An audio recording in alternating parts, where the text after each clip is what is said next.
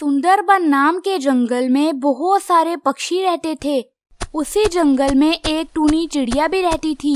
टूनी चिड़िया के पास एक सेब का बाग था और टूनी चिड़िया बड़ी मेहनत से वहाँ पर काम किया करती थी। टूनी चिड़िया, मैं बहुत गरीब पक्षी हूँ। मैंने कल से कुछ नहीं खाया। तुम कृपया करके मुझे थोड़े से सेब खाने के लिए दे दो। मैं तुम्हें बहुत दुआएं दूंगा। कालू कौवे, तुम जब चाहे मेरे बाग में आकर सेब खा सकते हो। मैं तुम्हें कभी भी मना नहीं करूंगी। भला खाना खाने से भी कोई मना करता है क्या? जीती रहो टूनी चिड़िया। मैं तुम्हें दुआ देता हूँ कि तुम्हारे बाग में एक सेब का पेड़ लग जाए जिस पर सोने के सेब लग जाएं। ये कहकर कालू कौवा सेब लेकर वहाँ से चला जाता है और टूनी चिड़िया हंसने लग जाती है। लो भला, ये किस तरह की दुआ हुई? भला कभी किसी के बाग में सोने का सेब लगा है क्या? अगर मुझे दुआ देनी ही थी तो ये कह देता कि मेरे बाग में ज्यादा सेब लग जाएं। चलो खैर, मुझे क्या, मैं अपना काम करती हूँ। ये कहकर टूनी चिड़िया काम में मसरूफ हो जाती है और शाम होते ही अपने घर वापस चली जाती है। तभी कालू कौवा एक नकली पेड़ लेकर टूनी चिड़िया के बाग में आता है और वो नकली सोने के सेबों वाला पेड़ उसके बाग में लगाकर चला जाता है। अगले दिन जब टूनी चिड़िया वापस अपने बाग में आई तो उसने देखा कि वहाँ पर एक बहुत बड़ा सेब का पेड़ उगा हुआ था जिस पर सचमुच में सोने के सेब लगे हुए थे। अरे बाप रे बाप, ये मैं क्या देख रही हूँ? ऐसा तो सिर्फ फिल्मों में होता है। ये सोने के सेब कैसे लग गए? लगता है उस कालू कौवे की दुआ लग गई है। कालू कौवा तो बहुत पहुँचे हुए बाबा जी हैं। अरे कमली, बताओ मैंने कैसा उल्लू बनाया उस टूनी चिड़िया को। मैंने उसके बाग में एक नकली पेड़ लगा दिया जिस पर नकली सोने के सेब लगे हैं। अब टूनी चिड़िया मुझे बहुत पहुंचा हुआ बाबा समझेगी और मेरी हर बात मानेगी और मैं रोज तुम्हें मीठे मीठे सेब ला कर दिया करूंगा। जी जी, आप बहुत ही शातिर हो। आपकी सोच देखने के बाद तो शैतान भी पनाह मांगता होगा।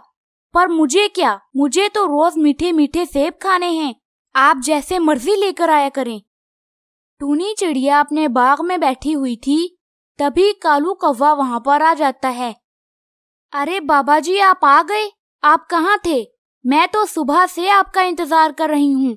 वो देखिए, मैंने आपके लिए सेब की टोकरी भरकर रखी है। आप ये ले जाएं। ये सारे सेब आपके हैं। जीती रहो बच्चा, मगर तुम मुझे एक बात बताओ कि तुम इन सेबों का क्या करोगी? बाबा जी, मैं इन सेबों को बेचकर बहुत अमीर हो जाऊंगी। नहीं नहीं बच्चा, तुम ये गलती मत करना। अगर तुमने अभी इन्हें बेच दिया तो तुम्हें बहुत ज्यादा नुकसान उठाना पड़ेगा। अभी तो ये सारे सेब बहुत छोटे छोटे हैं। जब ये सेब बड़े हो जाएंगे फिर तुम इन्हें बेचकर बहुत ज्यादा मुनाफा कमा सकती हो। अरे ये तो मैंने सोचा ही नहीं था कि ये सेब तो बड़े भी होंगे और जब ये बड़े होंगे तो इनका वजन भी ज्यादा हो जाएगा और फिर इनके बदले ज्यादा दाम मिलेंगे। ठीक है बाबा जी, मैं अभी इन्हें नहीं बेचूंगी। उसके बाद कालू कौवा सेब की टोकरी लेकर वहाँ से चला जाता है। अब कालू कौवे का रोज का यही काम था। वो टूनी चिड़िया के पास आता और वहाँ से सेब लेकर चला जाता। एक दिन टूनी चिड़िया अपने बाग में बैठी हुई थी। तभी वहाँ पर मिट्ठू तोता आ जाता है।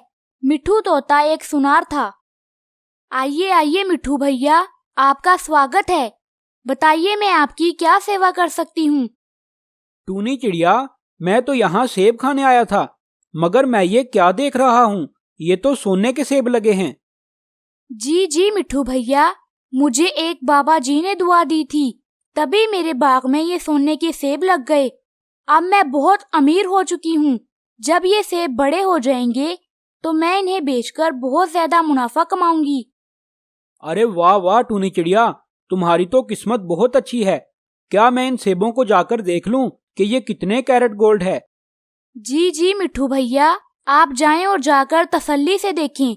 मगर एक बात याद रखना कि मैं अभी इन सेबों को नहीं बेचूंगी। जब ये सेब बड़े हो जाएंगे मैं फिर इनको बेचूंगी।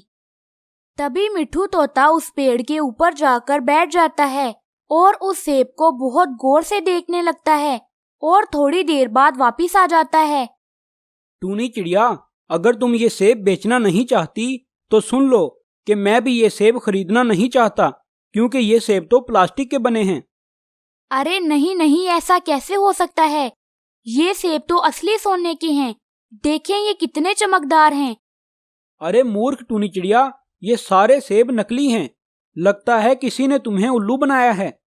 अच्छा, वो तुम बता रही थी उस बाबा के बारे में, बताओ क्या वो कभी दोबारा तुम्हारे बाग में आया है? जी जी, वो तो हर रोज आते हैं और मैं उन्हें खाने के लिए बहुत सारे सेब दे देती हूँ और वो सेब लेकर चले जाते हैं। हा हा हा हा हा हा। टूनी चिड़िया, वो बाबा कोई बाबा नहीं है, बल्कि वो तो रॉन्ग नंबर है, रॉन्ग नंबर।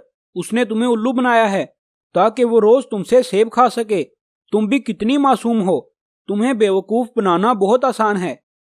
ये कहकर मिठू तोता वहाँ से चला जाता है और टूनी चिड़िया बहुत निराश हो जाती है। उस बाबा ने मेरे साथ अच्छा नहीं किया। वो रोज मेरे सेब खाता है और उसने मेरे बाग में ये नकली सेब लगा दिए ताकि मैं उसे असली बाबा जी समझूं। चलो खैर, मेरा नाम भी टूनी चिड़िया है। अब मैं उसको छोड़ूंगी नहीं। कल जब वो मेरे बाग में आएगा तो मैं उसे बताऊंगी। शाम होते ही टूनी चिड़िया अपने घर चली जाती है और अगले दिन अपने बाग में आकर काम करने लग जाती है। तभी वहाँ पर वो कालू कौवा आ जाता है, मगर टूनी चिड़िया ने वहाँ पर कालू कौवे के आने से पहले ही एक पिंजरा लगा दिया था। अरे बाबा जी, आइए आइए, आप आ गए। मैं तो आपका ही इंतजार कर रही थी। मैंने आपके लिए बहुत सारे सेब तोड़ कर रखे हैं, वहाँ जाकर उठा लें। कालू कौवा खुशी खुशी से सेब लेने के लिए आगे बढ़ा। तभी वो पिंजरा उस कालू कौवे के ऊपर गिर गया और वो पिंजरे के अंदर कैद हो गया। अरे टूनी चिड़िया, ये क्या? तुमने मुझे कैद करने के लिए पिंजरा लगाया हुआ था, अब तुम मुझे कैद करोगी? देखो, मैंने तुम्हारे लिए दुआ की थी, तभी तुम्हारे बाग में सोने के सेब लगे थे। अरे ओ काले कलवट्टे कौवे, मैं तुम्हें छोड़ूंगी नहीं। ये सेब तो प्लास्टिक के बने हुए हैं और इन पर गोल्डन कलर किया हुआ है।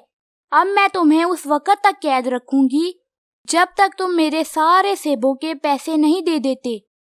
तो प्यारे दोस्तों, इस कहानी से हमें ये सबक मिलता है कि हमें किसी के साथ धोखा नहीं करना चाहिए।